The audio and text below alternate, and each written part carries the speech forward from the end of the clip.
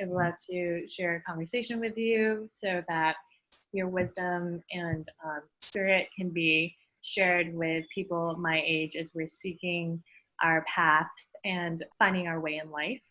I think maybe today we could take some time to talk about the elements that's the most core to our heart, which is love and relationships.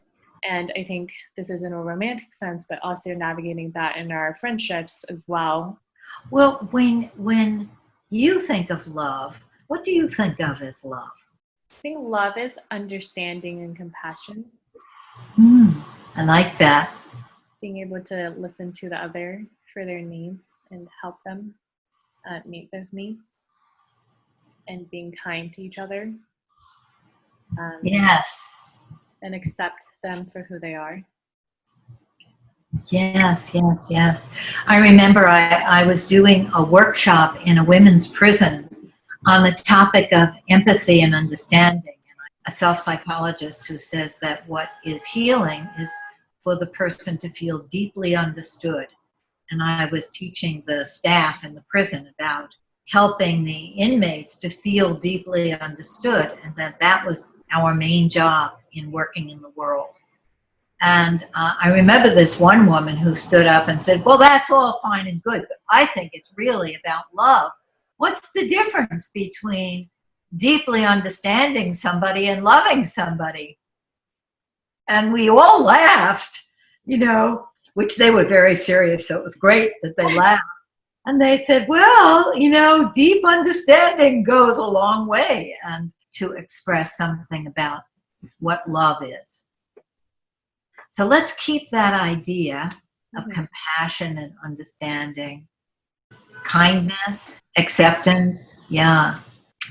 And I want to add to it what Brother David Stendhal Rast says, which I always love, that love isn't an emotion as much as a deep commitment and intention.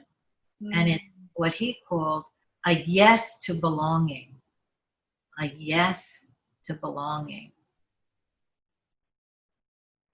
I love that because we get so caught in the sort of Hallmark card version of love as this feeling in our bodies, our heart beating fast, the romantic love that has to do with you just fall in love with somebody and then you live happily ever after.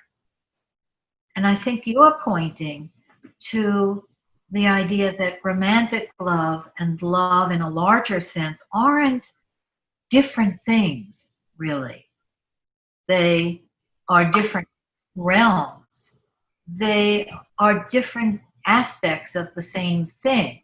Yeah. And if we think of love as a yes to belonging, we all belong to each other. We do belong because Jean Genlin says we are interaction with each other. We're not separate. We all belong to one family, one system. But to feel the belonging and to say yes to the belonging is a different thing. And when you are very attracted to somebody and your whole body wants to be close to them and wants them, right? It's easy to say yes to that belonging.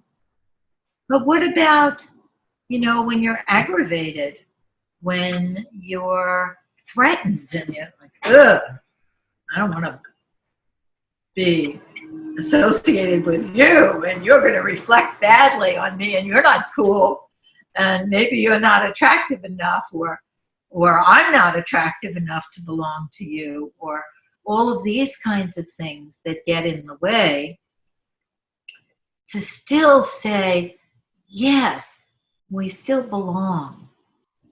We work at that belonging. How do you propose for us to do that? Well, I think you had a very good start of saying understanding and compassion. And what I think of then is what the psychoanalyst Kohut said about the person feeling deeply understood. And the word deeply is a very important word there, because you could feel sort of understood. You feel understood by your mother. She's known you since you were in the womb. But you might not in some way feel deeply understood in some way. Maybe other ways you do. But the deep understanding is this feeling like the person understands where I'm coming from. The person understands what Jane Genlin calls the one in there. The person understands what I'm trying for, what the child in me is trying to express or up against. That's where the compassion comes in. Do you think you need to have this relationship with yourself in terms of self-love before you can have that with others? Well, the more you really attend to yourself, the more you have for another person. And there's a beautiful poem about that. A time will come when you'll meet yourself at your own door and you'll welcome yourself. Have wine, have bread, and it ends with feast on your own life. And it's such a beautiful poem about really embracing yourself and getting to know yourself and appreciate yourself. You know, there's a direct relationship to how you treat yourself, your inner self, and how you understand other people. And that's where focusing comes in. Focusing is a way of turning your attention to your inner self, what Jean calls the one in there,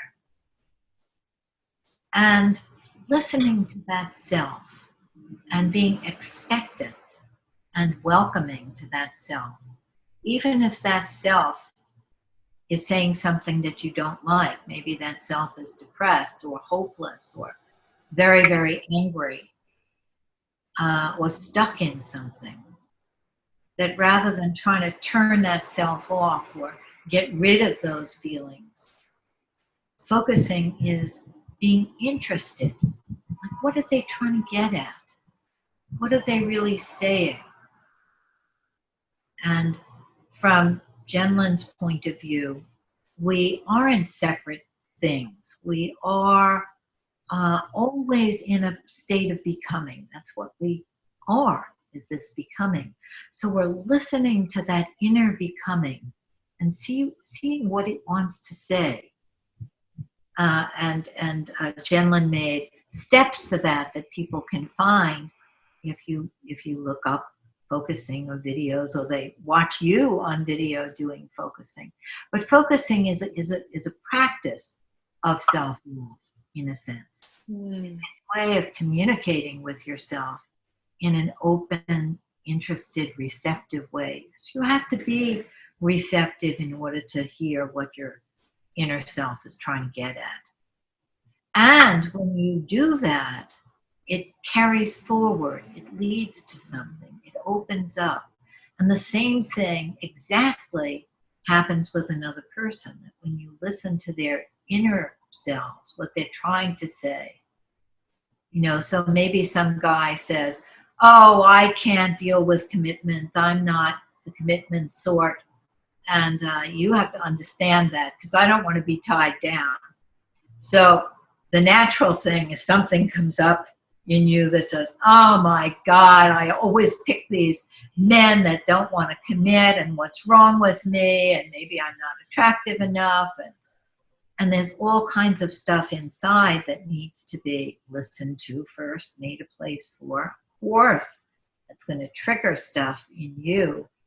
But then after you take care of that self, you could be interested and receptive to what's underneath this fear of commitment, what we would call, that's a name, fear of commitment. What is this person trying to get at? What are they afraid of? What are they really afraid of? How can you be interested rather than turned off or angry or threatened, or to say, oh, what do you mean by commitment? What comes to mind when you say that? A little playfulness goes a long way with yourself and with the other person. Like what is a non-commitment type like? I want to get to know this type. It's based on the faith that what is always becoming. So it's not like what you have is what you get, either for yourself or for the other person. What you have is trying to get to something. It's trying to unfold something. And when you believe that, then you don't have to be as stuck in what is. You're looking at what is it getting at? Where is it going? It creates possibilities for the future. Yeah, absolutely. But the future, not 10 years from now, the future in 2 minutes. Maybe this guy will say, well, I was in this marriage that really didn't work and I always felt bad about myself. Or the guy might say, my mother was really very possessive of me and gives me the creeps when somebody wants commitment. The next thing they say might lead to a whole other dimension of the conversation. I think sometimes we're afraid to ask those questions of others. Oh, yes. We halt at this assessment of the now as permanent and then are afraid to put ourselves in a place of vulnerability because we're hurt or we feel rejected. Absolutely. Yeah, so that fear comes right there. And sometimes it takes practice to ask those kinds of questions or to be playful around something, especially when you're triggered. And it's good to practice in the situations that don't matter so much. And that's why crucial conversations with someone that is a possible love interest matter so much that you need a lot of practice to be able to get to that ease with that. But you can practice with yourself, you can practice with a journal, you can practice with a partnership, with a focusing partner. But then you can't even ask the question in a text, in an email, maybe saying, well, next time we get together, I really want to know more about this. How do you remove your identification of ego in that action and not be outcome focused? Well, when you use the word ego, what I think of is ego is the vulnerable self that's wary and has been hurt before and on guard, right? And has to prove something. The small identity, not the big identity, right? I don't like the idea that the ego is something bad that we have to get rid of. I think of the ego as something that we have to take care of, that we have to be very gentle with. That the ego is like the child that is frightened and has been hurt and has been contained, constricted, and that we have to be the big self, this big identity, to take care of this ego and to reassure it.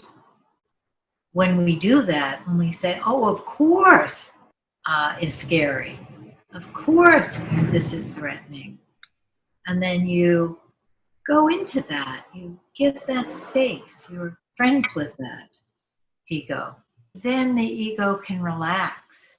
When you're befriending the ego in that way, not being mad at it or thinking it's bad, when you befriend it, you become stronger and bigger because you're not just this little one, this small identity. You are this big one that's taking care of this small one.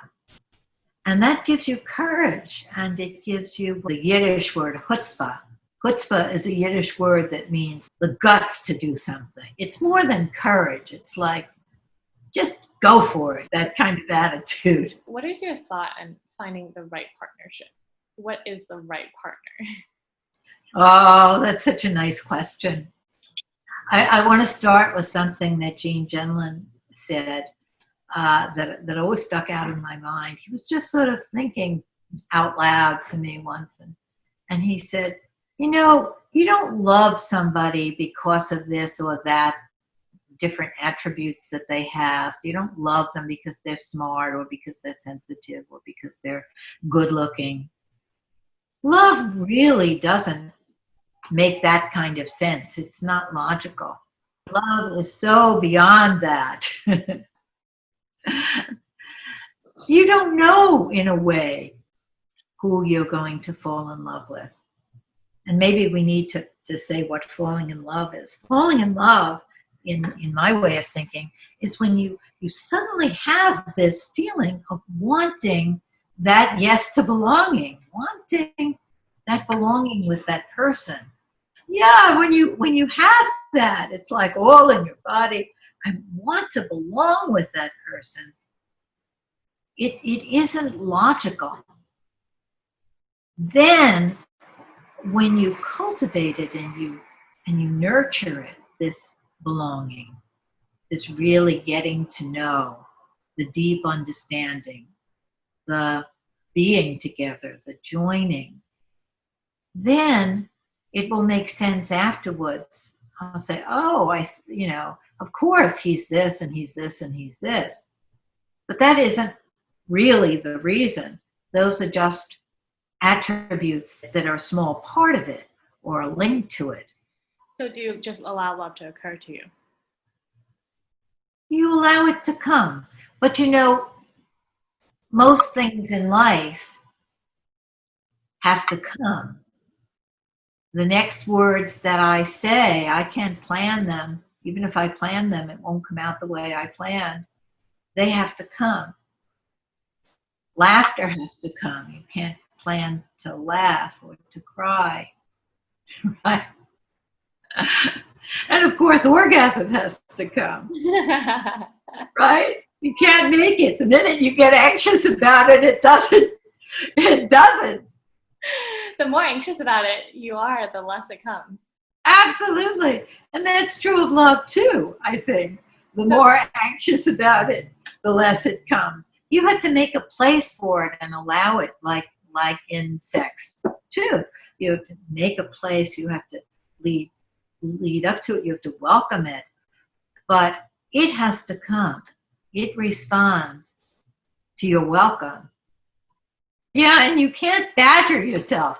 What's wrong with me? I don't love enough, or I don't love the right people, or my love is the wrong kind of love. Or when you badger yourself, then you are not belonging.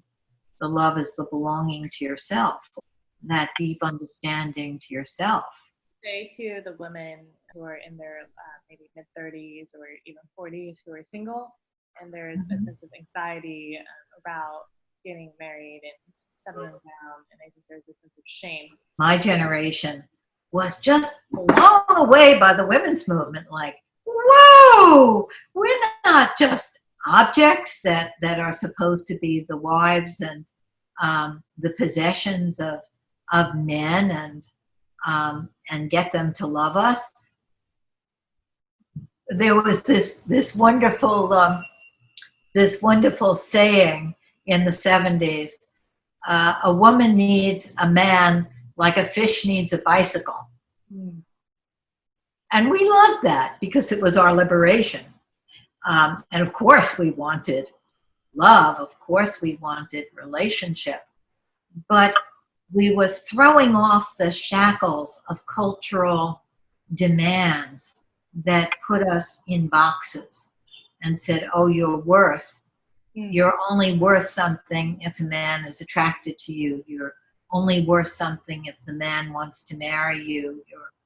Your identity is tied to a man affirming you.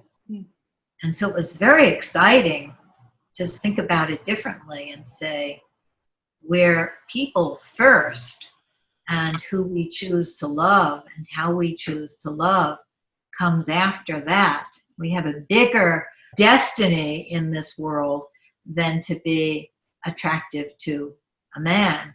It doesn't mean that we didn't all want to be attractive and we didn't all want a relationship, but the idea that it's something shameful if you aren't pursued by a man, or you weren't, in my day, it was shameful if a man didn't want to take care of you.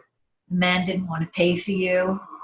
If a man didn't want to support you, that was shameful. It's like, oh, what's wrong with me? I'm not good enough. It was very liberating to want this kind of quality and mutuality. And I think that cultural lens is a part of it. Maybe each generation has to find that for themselves, that sense of a bigger world, a bigger reality, not being a product, not being a possession, not feeling like your worth is being determined by a man wanting you. So I think there's another component of that, which is the choice of having a child and the biological clock ticking. So I don't know if you have any wisdom to share as women navigate the journey, one, to make the decision to have a child, and what also, if they don't have a child, how to make peace with that, whether it's a choice of their own making or maybe a biological choice made for them. Yeah.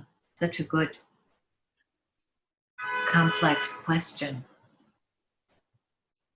I think in my time, women only had children when they were married, and it was terribly, terribly shameful if you had a child and you weren't married. A child out of wedlock was called very shameful.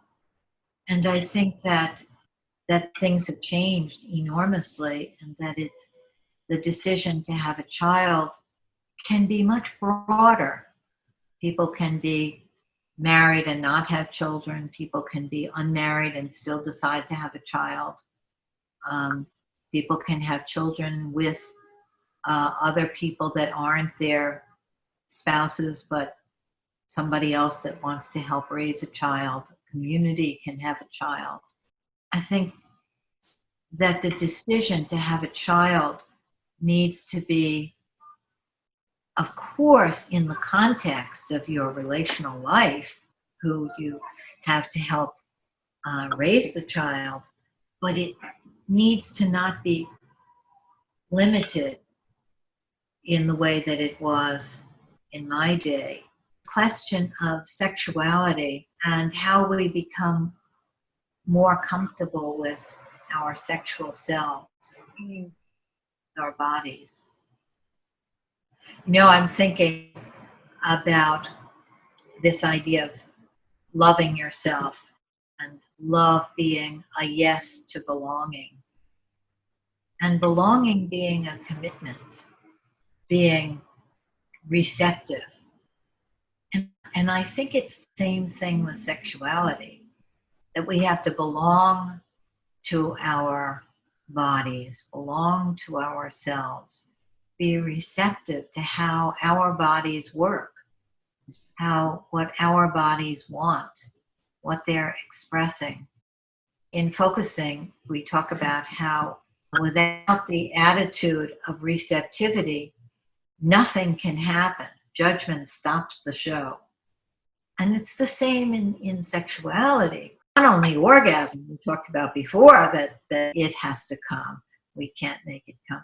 But also just in attraction and attractiveness and being turned on and being comfortable with ourselves, that all of that comes from an attitude of receptivity and a commitment to belonging to ourselves. And we're women, at least, especially my generation, but also your generation, we're so judgmental of ourselves. Nobody has the right size breasts. Either they're too small or they're too big. Nobody has the right size ass. Either it's too small or it's too big. Everything is judged. How does that body speak or be comfortable or shine when it's being judged that way? It's a wonderful process to really commit to belonging to your body and letting your body speak. and learning your body. It's that deep understanding that you're talking about with other people and with your inner self. It's also with your body. Like, really, what turns you on? Even watching romantic movies or something. What is that point that turns you on? Like making a study of yourself. So, Lynn, how would you define your femininity? Wow.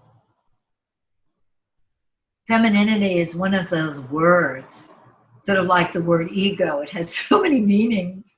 One thing I can say is that we've been put in boxes about femininity, and watching this play last night about Gloria Steinem, remembering back in the early 60s, you're not a real woman if you want a career. Can you imagine that? If you're too smart, that's unfeminine. But there's so much garbage about femininity and womanhood that it's hard to separate that from the real womanhood. Do you know the poem by Sojourner Truth, Ain't I a Woman? Nobody ever helped me into a carriage, but ain't I a woman? I bore 13 children. Ain't I a woman? And there are all of these things about the traditional femininity. She doesn't have pretty dresses, but ain't she a woman? It's such a beautiful, victorious poem about womanhood being so much deeper and beyond these cultural constrictions, norms, and labels. For me, womanhood is that I am a female body. Not only am I living in a female body, but I am that body, and I belong to that body. And I could not now. I could say, I really don't want to be a woman. I want to be a man. I could be trans. I have that choice. I embrace something out of female body and what it does and how it is to be in a female body. And that makes a lot about being a woman for me. It's so complicated, isn't it? Because we've been terribly oppressed by the notion that men are like this and women are like this, and women have this female instinct and men don't, and men have this strength that women don't. Men are practical, women are creative, and everybody gets oppressed with those categories because each individual is really very, very different. There are men that are very tuned in to their instincts and their intuition and their felt sense, and there are women that are geniuses at math. But when we categorize these things, I think it limits everybody. Often we're sort of acculturated to think that we have to be this and this and this because I'm a girl. I have to be this and this and this because I'm a boy. I don't know really about whether women are inherently more this way, this way, this way. It's hard to know. But I think that the more important issue is that we leave room for all the ways that we are, and we don't limit ourselves or other people. We don't say, oh, I'm not going to go out with him because he's not masculine enough. What does that masculine enough mean? To unpack these things that have been given to us as packages that we then carry around without ever really opening them up and seeing what's inside them, seeing if we agree with them, seeing if it really meets our experience.